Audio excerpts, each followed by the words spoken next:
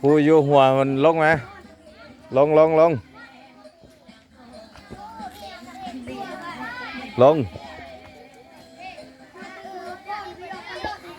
ถ่ายคลิปโหลดยอดดู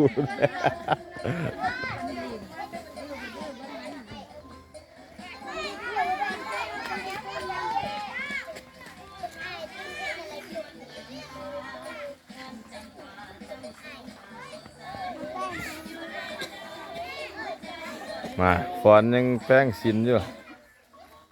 มาตู้แบตมืด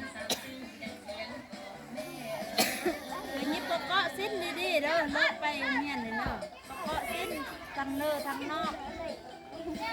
เครื่องซักสะอาดไปยืมได้เบอร์ไว้สักกับมือแบตมืดกับฟังนี่เลย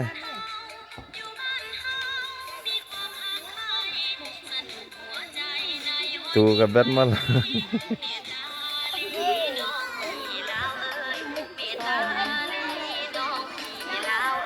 สาวคู่กับฟอนให้นักเรียนเบิ่งเนอะ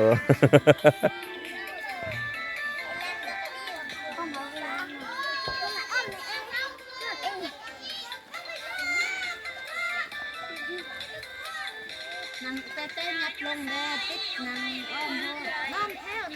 นางเดือนเนี่ยบ่เอาเสื้อขาวมาน่ะเอามา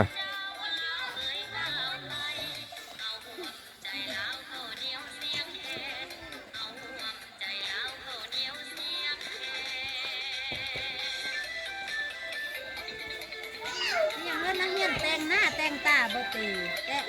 แต่งบ่แต่งกันไรก็จิ๋วไว้บ่ฟอนงามๆฟอนงามสีแก้มแล้วก็ซาลิปเนาะ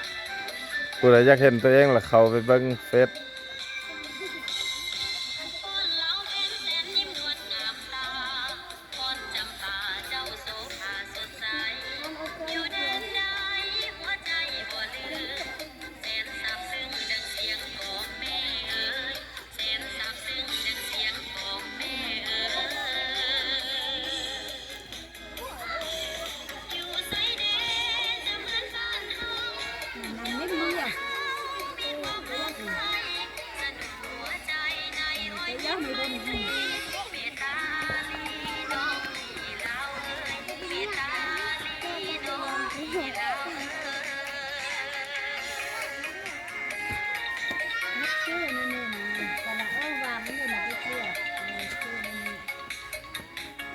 เห็ดมืออ่อนๆเนาะ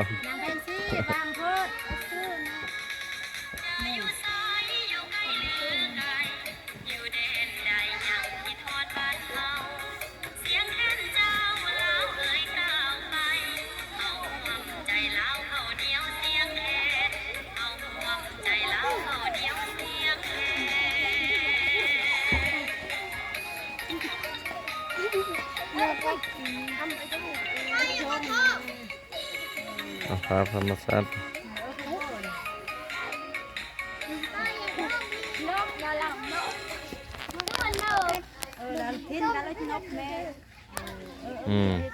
นบเติมมาหนึ่งเลียนน้ำเลียนเป็นอะไรนบแล้วก็เลียนเป็นแถว